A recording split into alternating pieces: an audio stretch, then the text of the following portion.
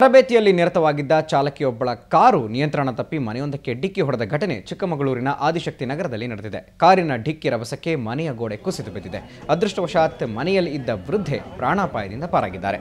Vinayaka driving ಸ್ಕೂಲ್ಗೆ ಈ car ಸೇರಿದ್ದು ಎನ್ನಲಾಗಿದೆ. ಸ್ಥಳೀಯರು ಬಂದು ಕಾರಿನಲ್ಲಿದ್ದವರನ್ನ ಪಾರು ಮಾಡಿದ್ದಾರೆ.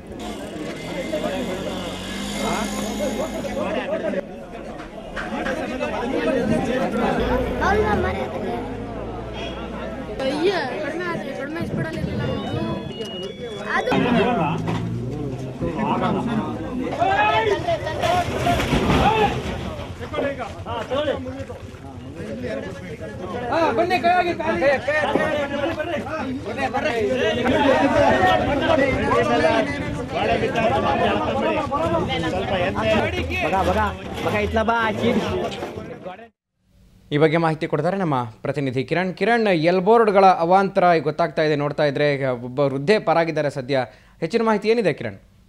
ಏನು ಕಾರಣ ಏನು ತರಬೇತಿ ಪಡಿತಿದ್ದಂತಹ 4 ಜನ ಮಹಿಳೆಯರು ಇವತ್ತು ಮಧ್ಯಾಹ್ನ ಏನು ನಗರದಿಂದ ಹೊರವಲಯದಲ್ಲಿರುವಂತಹ ಆದಿಶಕ್ತಿ ನಗರದಲ್ಲಿ ಇವರು ತರಬೇತಿಯನ್ನು ಪಡಿತಾ ಇದ್ರು. ಆ ವೇಳೆಯಲ್ಲಿ ಚಾಲಕಿಯೊಬ್ಳು ಕಾರಿನ ಮಾರುತಿ ಕಾರ್ನ ನಿಯಂತ್ರಣ ತಪ್ಪಿ ಅದು ಮನೆಗೆ ಗೋಡೆಗೆ ಡಿಕ್ಕಿ ಹೊಡಿತು. ಡಿಕ್ಕಿ ಹೊಡೆದಂತಹ ರಭಸಕ್ಕೆ ಮನೆ ಗೋಡೆ ಬಿದ್ದೋಯ್ತು. ಅಂದ್ರೆ ಆ ಮನೆಯಲ್ಲಿ ಅದೃಷ್ಟವಶಾತ್ ಯಾರು ಇರಲಿಲ್ಲ. ಅಂದ್ರೆ ವೃದ್ಧೆ ಒಬ್ಳೆ ಮಾತ್ರ ಇದ್ರು. ಆ ವೃದ್ಧೆಗೆ ಯಾವುದೇ ರೀತಿ ಗಾಯಗಳು ಆಗ್ದಲೆ ಹಾಗೇನೆ ಪ್ರಾಣಾಪಾಯದಿಂದ ಪಾರಾಗಿದ್ದಾಳೆ. ಒಟ್ಟಾರೆ ಎಲ್ಬೋರ್ಡ್ಗಳ ಅವಾಂತರದಿಂದ ಮನೆ ಪೂರ್ತಿ ಜಖಮ್ ಆಗಿದೆ. ಇದರಿಂದ ಆ ತರಬೇತಿ ಕೊಡ್ತಾ ಇದ್ದಂತ ಚಾಲಕರಿಗೆ ತರಬೇತಿ ಕೊಡ್ತಿದ್ದಂತ ತರಬೇತಿದಾರ ಜೊತೆಲಿ ಇರ್ಬೇಕು. ಅವ್ರಿಗೂ ಕೂಡ ಒಂದು ಕಂಟ್ರೋಲ್ ಎಲ್ಲ ಇರುತ್ತೆ. ಅವ್ರಿಗೆ ಗೊತ್ತಾಗ್ಲಿಲ್ವಾ ಇದು?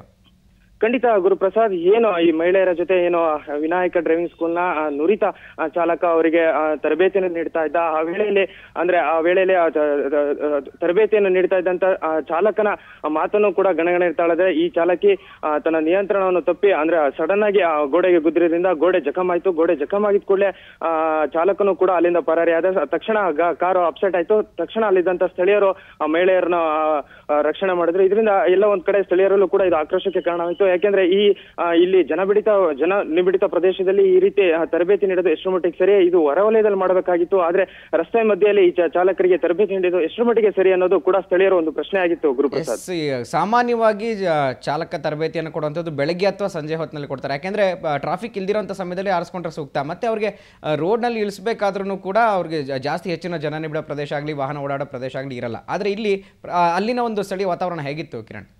ಖಂಡಿತ ಗುರುಪ್ರಸಾದ್, ಇದು ನಗರದ ಹೊರವಲಯದಂತ ಆದಿಶಕ್ತಿ ನಗರ ಆಗಿದೆ. ಇಲ್ಲಿ ಆದಿಶಕ್ತಿ ನಗರ ಆಗಿರೋದ್ರಿಂದ ಇಲ್ಲಿ ಹೆಚ್ಚಿನ ಪ್ರಮಾಣದಲ್ಲಿ ಕೂಲಿ ಕಾರ್ಮಿಕರಿದ್ದಾರೆ. ಹಾಗೆ ಇದು ಒಂದು ರೀತಿಯಲ್ಲಿ ಜನ ನಿಬಿಡಿತ ಪ್ರದೇಶವಾಗಿರುತ್ತೆ. ಇಲ್ಲಿ ಯಾವುದೇ ರೀತಿ ಚಾಲಕರಿಗೆ ತರಬೇತಿ ನೀಡುವಂತ ಸೂಕ್ತ ಸ್ಥಳವಲ್ಲ. ಇದರಿಂದ ಇನ್ನೂ ಹೊರತಾಗಿ ಅಲ್ಲಿ ಆಟದ ಮೈದಾನಗಳಿರುತ್ತೆ, ಹಾಗೇನೆ ಒಂದು ಫೀಲ್ಡ್ ಇರುತ್ತೆ, ಅಲ್ಲಿ ಇವರಿಗೆ ತರಬೇತಿ ನೀಡಬೇಕಾಗಿರುತ್ತೆ. ಆದ್ರೆ ಏಕಾಏಕಿ ಇವರು ತರಬೇತಿ ನೀಡೋಕೋಸ್ಕರನೇ ಇವರು ರೋಡಿಗೆ ತಂದಿದ್ದು, ರಸ್ತೆ ಮಧ್ಯದಲ್ಲಿ ಇವರು ತರಬೇತಿ ನೀಡಿದ್ದು ಇದು ಎಲ್ಲ ಒಂದ್ ಕಡೆ ಈ ಅವಘಡಕ್ಕೆ ಕಾರಣವಾಯಿತು. ಅಲ್ಲದೆ ಚಾಲಕನು ಈ ರೀತಿ ಅವಘಡವನ್ನು ತಪ್ಪಿಸಬಹುದಾಯ್ತು. ಆದ್ರೆ ಅವನಿಗೂ ನಿಯಂತ್ರಣ ಇರುತ್ತೆ. ಆದ್ರೆ ಆ ನಿಯಂತ್ರಣ ತಪ್ಪಿ ಈ ರೀತಿ ಅವಘಡ ಸಂಭವಿಸಿತು. ಓಕೆ ಕಿರಣ್, ಥ್ಯಾಂಕ್ ಯು ತಮ್ಮೆಲ್ಲ ಮಾಹಿತಿಗೆ.